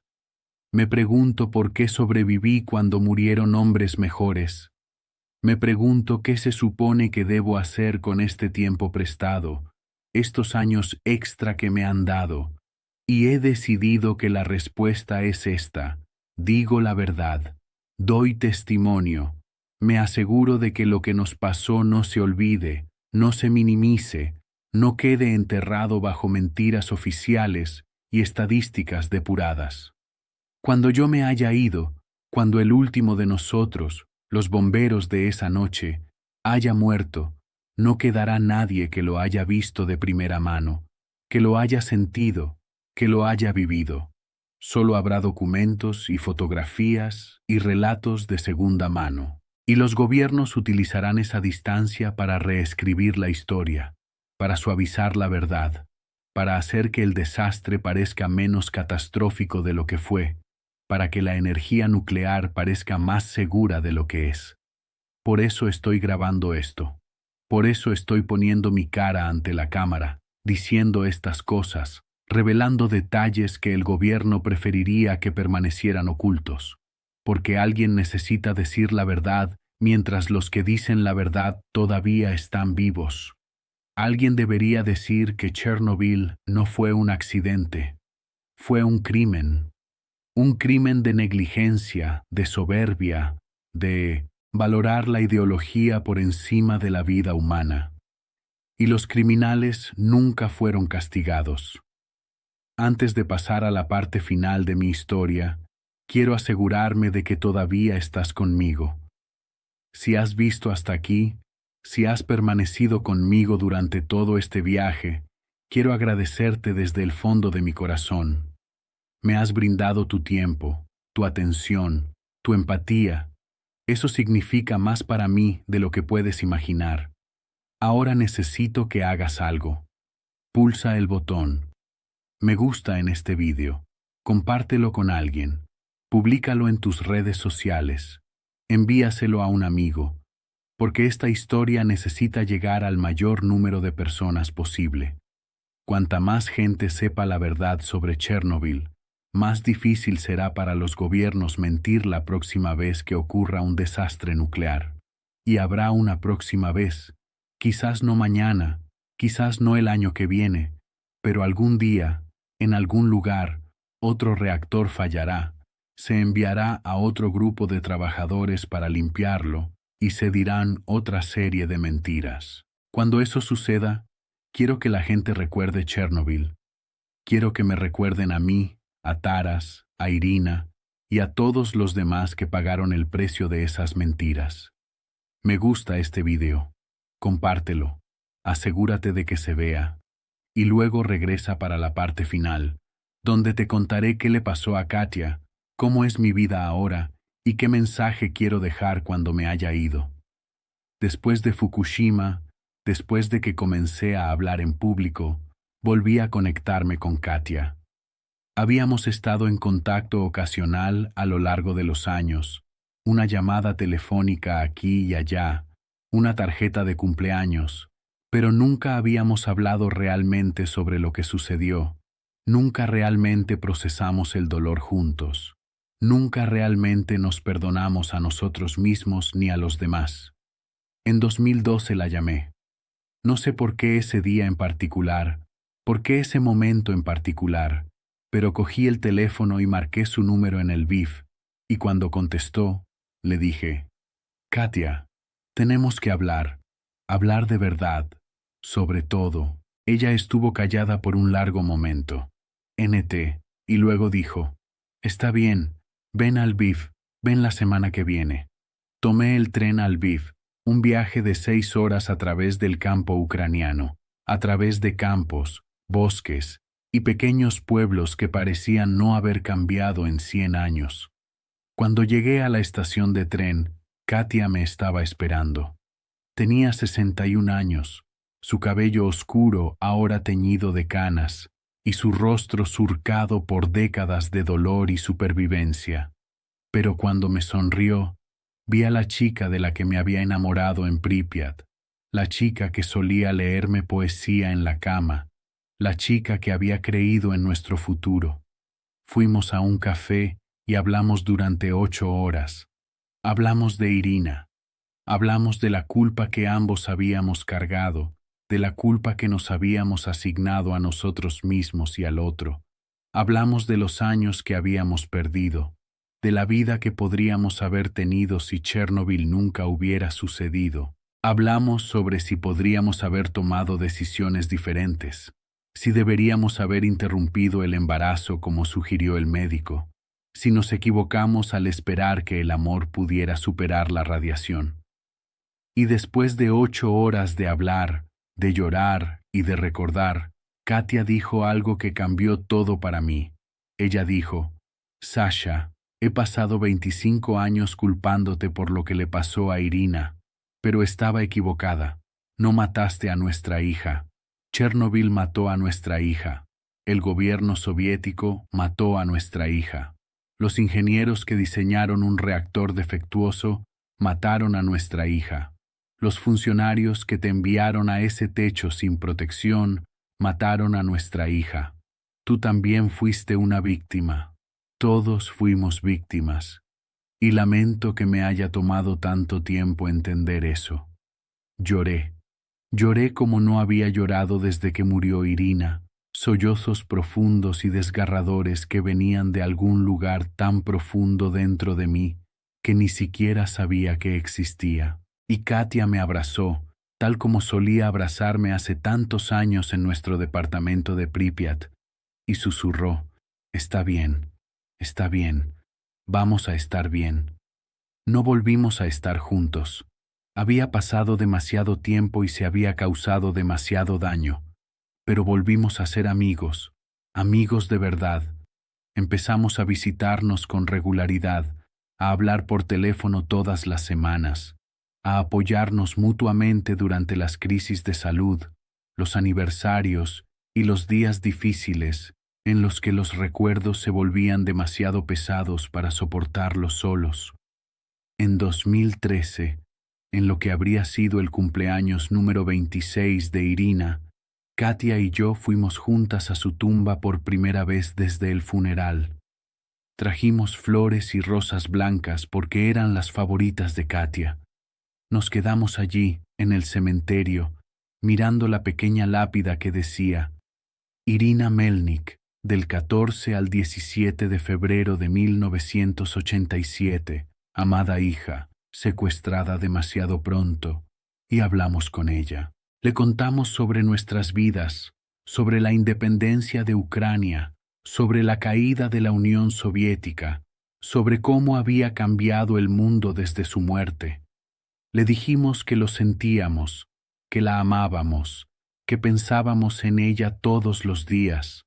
Le dijimos que su corta vida tenía significado, que su muerte nos había enseñado algo sobre el verdadero costo de las mentiras, sobre la importancia de la verdad, sobre la fragilidad de la vida y la fuerza del amor. Y entonces Katia dijo algo que nunca olvidaré. Ella dijo: Irina, tu papá se asegurará de que lo que te pasó a ti nunca le pase a otro niño. Él va a contar nuestra historia y la gente va a escuchar, y tal vez, solo tal vez, eso marque la diferencia. Fue entonces cuando tomé la decisión de empezar a grabar mi testimonio, de documentar todo lo que sabía sobre Chernobyl, de crear un registro que me sobreviviría. Durante los siguientes 10 años, grabé cientos de horas de entrevistas. Hablé con periodistas, documentalistas, historiadores, estudiantes. Regresé a Chernobyl, a la zona de exclusión, a la ciudad abandonada de Pripyat. Me paré en el apartamento donde Katia y yo solíamos vivir, ahora vacío y decadente, el papel tapiz despegándose, los pisos pudriéndose, la naturaleza recuperando lentamente el espacio donde una vez soñamos con nuestro futuro. Visité la estación de bomberos donde trabajaba, ahora un monumento a los bomberos fallecidos. Vi el parque de diversiones que nunca abrió, la noria que nunca giró, los autos chocadores que nunca llevaron niños. Vi el hospital donde se arrojaba en el sótano la ropa contaminada de los socorristas, ropa tan radiactiva que seguirá siendo peligrosa durante miles de años. Vi el bosque alrededor de Chernobyl, el bosque rojo, lo llaman, donde todos los pinos murieron por exposición a la radiación y se pusieron rojos antes de caer. Los árboles han vuelto a crecer ahora, pero el suelo todavía está contaminado, los animales todavía están contaminados, todo el ecosistema ha cambiado para siempre. Vi el nuevo sarcófago sobre el reactor 4, un enorme arco de acero que costó más de $2.000 millones y tardó casi una década en construirse. Está diseñado para durar 100 años, lo que significa que dentro de 100 años alguien tendrá que construir otro y otro después, una y otra vez, durante miles de años, porque el núcleo del reactor sigue ahí, sigue siendo radiactivo y sigue siendo mortal.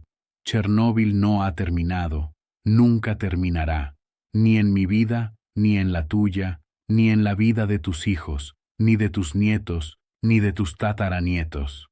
Las consecuencias de aquella noche de abril de 1986 resonarán en el tiempo durante más tiempo del que podamos imaginar. Durante mis visitas a la zona de exclusión, conocí a otros supervivientes, otros liquidadores que habían regresado para ver qué había sido del lugar que intentábamos salvar. Nos reuniríamos en el centro de visitantes, un grupo de ancianos con cicatrices, órganos faltantes y cánceres inducidos por la radiación, y contaríamos historias, compartiríamos recuerdos, lloraríamos a amigos que ya no estaban con nosotros. Uno de estos hombres era Nikolai Gorbachenko, que había sido piloto de helicóptero durante el desastre. Su trabajo había consistido en volar sobre el núcleo expuesto del reactor y arrojar bolsas de arena y boro para intentar sofocar la reacción. Me dijo que la radiación era tan intensa que los instrumentos de su helicóptero fallaron, que el calor que se elevaba desde el reactor creó turbulencias que casi lo derriban del cielo, que podía sentir la radiación penetrando su cuerpo como un fuego invisible. Voló 29 misiones sobre el reactor antes de ser hospitalizado por enfermedad por radiación. Sobrevivió, pero desarrolló tumores cerebrales, cáncer de tiroides y cataratas. Estaba ciego de un ojo y apenas podía ver por el otro. Me dijo que de los 31 pilotos de helicópteros que volaron en misiones sobre Chernobyl, solo 8 seguían vivos, y los 8 tenían graves problemas de salud. Otro hombre que conocí fue Alexei Breus, que había sido ingeniero superior de control del reactor en la sala de control del reactor 4 cuando explotó. Había estado de servicio esa noche. Había visto cómo los parámetros del reactor se salían de control. Había presionado el botón de parada de emergencia que se suponía debía detener la reacción, pero en lugar de eso, la había acelerado. Me dijo que todavía tenía pesadillas sobre ese momento, sobre ver cómo los niveles de potencia de sus instrumentos subían cada vez más, sobre saber que algo terrible estaba sucediendo, pero sin entender qué, sobre la explosión que lo arrojó por la habitación y lo dejó inconsciente. Me dijo que se despertó en un hospital 3 días después y se enteró de que el reactor había desaparecido, que sus compañeros estaban muriendo y que la ciudad estaba siendo evacuada. Me dijo que había pasado 36 años intentando perdonarse a sí mismo por no haber evitado el desastre, aunque sabía intelectualmente que no era culpa suya, que los fallos de diseño y la presión de la dirección hacían que la explosión fuera inevitable. Al escuchar a estos hombres, escuchar sus historias, me di cuenta de algo importante. Todos cargábamos con la misma culpa, la misma pregunta. ¿Podría haber hecho algo diferente? ¿Podría haber evitado esto? ¿Podría haber salvado más vidas, incluida la mía propia, incluidas las vidas de las personas que amaba? Y la respuesta, finalmente lo entendí, fue no. Todos estábamos atrapados en un sistema que valoraba la obediencia por encima de la seguridad, el secreto por encima de la verdad, el orgullo por encima de la vida humana. Todos fuimos víctimas de ese sistema, incluso aquellos que sobrevivimos, incluso aquellos que vivimos para contar la historia. Los verdaderos criminales no fueron los operadores que presionaron los botones equivocados, ni los bomberos que subieron al tejado, ni los ingenieros que realizaron la prueba de seguridad. Los verdaderos criminales fueron las personas que diseñaron un reactor defectuoso y lo construyeron de todos modos, quienes crearon una cultura donde nadie podía cuestionar las órdenes, quienes mintieron sobre los peligros y encubrieron las consecuencias. Y esas personas, con muy pocas excepciones, nunca rindieron cuentas. En el año 2019, me invitaron a hablar en una conferencia sobre seguridad nuclear en Viena. Era la primera vez que viajaba fuera de Ucrania en décadas, y fue una experiencia extraña estar frente a una audiencia internacional, gente de docenas de países, y contar mi historia. Después de mi presentación, un joven japonés se me acercó. Se presentó como Koji Tanaka y me dijo que su padre había sido uno de los trabajadores de Fukushima, uno de los hombres que había entrado en los reactores dañados para tratar de evitar una fusión total. Su padre había muerto 2 años antes de leucemia, provocada por su exposición a la radiación. Koji estaba llorando cuando me dijo esto. Dijo que escuchar mi historia le hizo comprender por lo que había pasado su padre, lo que había estado pensando, lo que había sacrificado. Dijo que su padre nunca habló de Fukushima, nunca se quejó de su salud, nunca culpó a nadie. Silenciosamente, se enfermó cada vez más hasta que murió. Koji me agradeció por decir la verdad, por decir las cosas que su padre no podía o no quería decir. Dijo que mi testimonio le dio un cierre, le ayudó a comprender que su padre era un héroe, que la muerte de su padre significaba algo. Esa conversación se quedó conmigo. Me hizo darme cuenta de que mi historia no se trataba solo de Chernóbil. No solo sobre mí, Taras, Irina y todos los demás que sufrieron. Se trataba de cada desastre nuclear, de cada trabajador al que se le mintió y se puso en peligro, de cada familia que pagó el precio por la negligencia del gobierno y la avaricia corporativa. Se trataba del patrón que se repite una y otra vez, desde Chernóbil hasta Fukushima, y el próximo desastre, que aún no ha ocurrido, pero que sucederá. Detente un segundo y escribe en los comentarios. ¿Esta historia ha cambiado tu forma de pensar sobre la energía nuclear? Comenta sí si ahora estás más preocupado por la seguridad nuclear. Comenta no si todavía crees que la energía nuclear es segura y necesaria. Comenta no seguro si no sabes qué pensar. Quiero ver lo que siente la gente.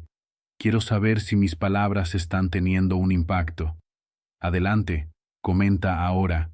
Continuaré. En 2022, 46 años después del desastre de Chernóbil, Rusia invadió Ucrania. Observé con horror cómo las tropas rusas ocupaban la zona de exclusión de Chernóbil, cómo cavaban trincheras en el suelo radiactivo, cómo conducían tanques a través del bosque rojo, cómo levantaban polvo que no había sido tocado durante décadas, polvo que contenía cesio, estroncio y plutonio. Observé cómo los soldados rusos, la mayoría de ellos jóvenes, que probablemente ni siquiera sabían qué era Chernóbil, fueron expuestos a la radiación porque sus comandantes los enviaron a una zona contaminada sin el entrenamiento o la protección adecuados. La historia se repite, las mismas mentiras, la misma negligencia, el mismo desprecio por la vida humana. Cuando escuché que los soldados rusos habían sido hospitalizados por enfermedad por radiación después de cavar trincheras cerca de Chernóbil, sentí una rabia familiar. otra generación de jóvenes, enviados al peligro por líderes a quienes no les importaba si vivían o morían, que los veían como prescindibles, que mentirían sobre las bajas y seguirían adelante. La guerra hizo que todos los traumas regresaran. De repente volví a tener 31 años y me encontraba en el techo del reactor 4, respirando veneno y creyéndome las mentiras que me decían. De repente estaba sosteniendo a Katia en nuestro departamento, contaminándola con mi abrazo, destruyendo nuestro futuro sin saberlo. De repente me encontré en el hospital número 6 de Moscú, viendo morir a Taras y escuchándolo suplicarme que le dijera a su familia que los amaba. Las pesadillas volvieron peor que nunca. Me despertaba gritando, empapado en sudor, viendo luz azul y escuchando explosiones y oliendo ese sabor metálico que todavía puedo saborear 46 años después. Mis médicos me recetaron medicamentos, pastillas para dormir, ansiolíticos, pero nada ayudó. Lo único que ayudó fue hablar con Katia. Ella venía a Kiev y se quedaba conmigo cuando las pesadillas eran malas.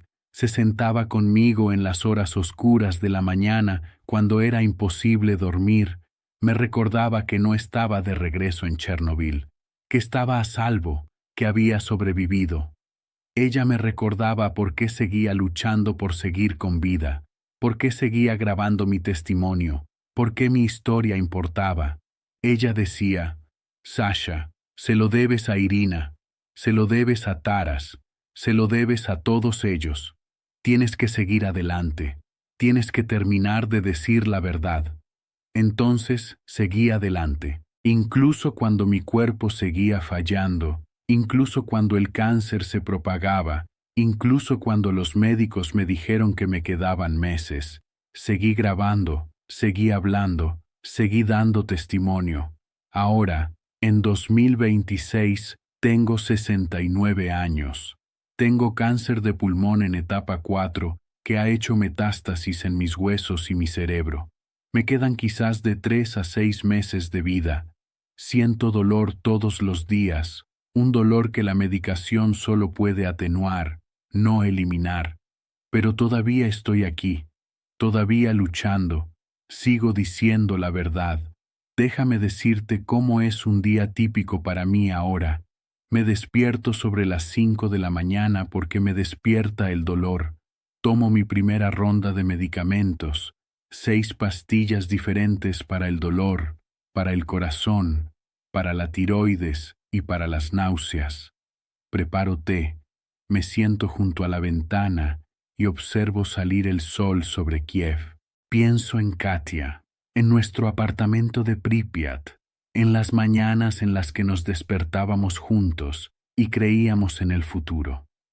Alrededor de las 8, viene una enfermera a domicilio a controlarme, a ponerme inyecciones, a cambiarme las vendas, a asegurarse de que he comido algo. Su nombre es Oksana y me recuerda a la esposa de Taras, los mismos ojos amables, las mismas manos suaves. A las 10 intento desayunar, normalmente solo pan y té, porque mi estómago no puede soportar mucho más. A veces lo mantengo bajo, a veces no. Al mediodía, llama Katia. Llama todos los días desde Lviv y hablamos durante 30 minutos o una hora. Hablamos del tiempo, de las noticias, de los recuerdos. No hablamos de mi pronóstico, ni de cuánto tiempo me queda. Ambos lo sabemos. No necesitamos decirlo. Por la tarde trabajo en estos vídeos, grabando mi testimonio, editando material, escribiendo guiones. Es un trabajo lento, porque me canso fácilmente, porque me tiemblan las manos, porque mi visión empeora. Pero sigo trabajando porque este es mi legado. Esto es lo que soy. Dejando atrás, este es mi regalo final para Irina, Taras y todos los demás que no pueden hablar por sí mismos. Por la noche tomo más medicación e intento dormir. Algunas noches puedo dormir unas horas. Algunas noches no puedo dormir en absoluto. En las noches en que me es imposible dormir, me levanto y escribo cartas. Cartas a Irina, contándole sobre el mundo que nunca llegó a ver, sobre la vida que habría vivido si Chernobyl nunca hubiera sucedido. Cartas a Taras, diciéndole que lo recuerdo, que le he contado su historia, que su hija Yana tiene ahora 43 años y tiene sus propios hijos, hijos que nunca conocerán a su abuelo porque murió intentando salvar Pripyat. Cartas a Katia, aunque todavía está viva, aunque la volveré a ver. Cartas diciendo todas las cosas que nunca dije cuando tuve la oportunidad, disculpándome por todo el dolor que causé, agradeciéndole por todos los años de amor y perdón. No envío estas cartas por correo, los guardo en una caja al lado de mi cama. Quizás alguien los encuentre después de que yo me haya ido. Quizás los publiquen. Quizás le importen a alguien. Esto es lo que la radiación me ha quitado. Mi tiroides, parte de mi pulmón, mi médula ósea, mi sistema inmunológico, mi función cardíaca, mi visión, mi movilidad, mi futuro. Esto es lo que me ha dejado la radiación: dolor crónico, náuseas constantes, agotamiento que el sueño no puede curar, cicatrices que cubren mi cuerpo, tumores que crecen más rápido de lo que los médicos pueden tratar. Pero la radiación no se lo ha llevado todo. No me ha quitado la cabeza, al menos no todavía. No me ha quitado la voz. No me ha quitado la memoria. No ha cumplido mi propósito. Un último llamado a la acción, el más importante. Necesito que me prometas algo. Prométeme que no dejarás que esta historia muera conmigo. Prométeme que lo compartirás, que lo recordarás, que se lo contarás a los demás. Prométanme que cuando oigan hablar de un accidente nuclear, de un desastre industrial o de un encubrimiento gubernamental, pensarán en mí, en Taras, en Irina, en todas las víctimas de Chernobyl. Prométeme que exigirás la verdad, que lucharás por la seguridad, que te negarás a aceptar que alguien sea prescindible. Prométeme que mi sufrimiento habrá significado algo, que mi testimonio habrá marcado una diferencia, que mi historia habrá cambiado el mundo aunque sea de alguna manera. ¿Puedes hacer esa promesa? Comenta las palabras prometo si te comprometes a mantener viva esta historia. Comenta las palabras para Irina si estás haciendo esta promesa en honor a mi hija. Comenta las palabras para todas las víctimas si haces esta promesa en honor a todos los que han sufrido por Chernobyl. Necesito ver esas promesas. Necesito saber que cuando cierre los ojos por última vez, la verdad seguirá sin mí. Escribe esas palabras ahora.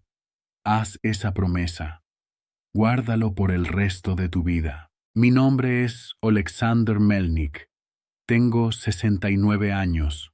Soy un superviviente de Chernóbil, un liquidador, un bombero, un padre, un marido, un testigo, un dicho de la verdad. He vivido 46 años después de la noche que debería haberme matado. He sobrevivido lo suficiente para contar esta historia, y ahora mi trabajo está hecho. Para Katia, si estás viendo esto después de que yo me haya ido, gracias por todo. Gracias por el amor que compartimos, por el perdón que me diste, por la amistad que me ofreciste cuando no la merecía. Gracias por Irina, por los 3 días que pasamos con ella, por el cariño que le brindamos ambos. Lamento el dolor que te causé, lamento la vida que perdimos. Lo siento por todo, pero no lamento haberte amado. Te amaré hasta mi último aliento y más allá. A Irina, hija mía, ángel mío, vengo a buscarte. Espérame, tengo mucho que decirte. A Taras, mi hermano, cumplí mi promesa. Les dije a Oksana y a Yana que las amabas, que pensabas en ellas hasta el final, que eras una heroína. Tu hija tiene hijos ahora. Tu nieta se parece a ti. Estarías muy orgulloso. A todos los que vieron esto, escucharon y se preocuparon. Gracias. Le has dado un propósito a mi dolor, le has dado poder a mi historia, le has dado significado a mi muerte. No lo olvide, no te quedes callado, no dejéis de luchar. La verdad te necesita. El mundo te necesita. El futuro te necesita. Recuerde Chernóbil. Recuerda a las víctimas. Recuerde que esto puede volver a suceder a menos que aprendamos del pasado. Recuerda que tu vida tiene valor. Recuerda que el amor es más fuerte que la muerte. Recuerda que la verdad es más poderosa que la mentira. Recordar. Por favor, recordar. Soy Alexander Melnik. Este es mi testimonio. Esta es mi verdad. Este es mi legado. Y ahora estoy listo para descansar. Adiós.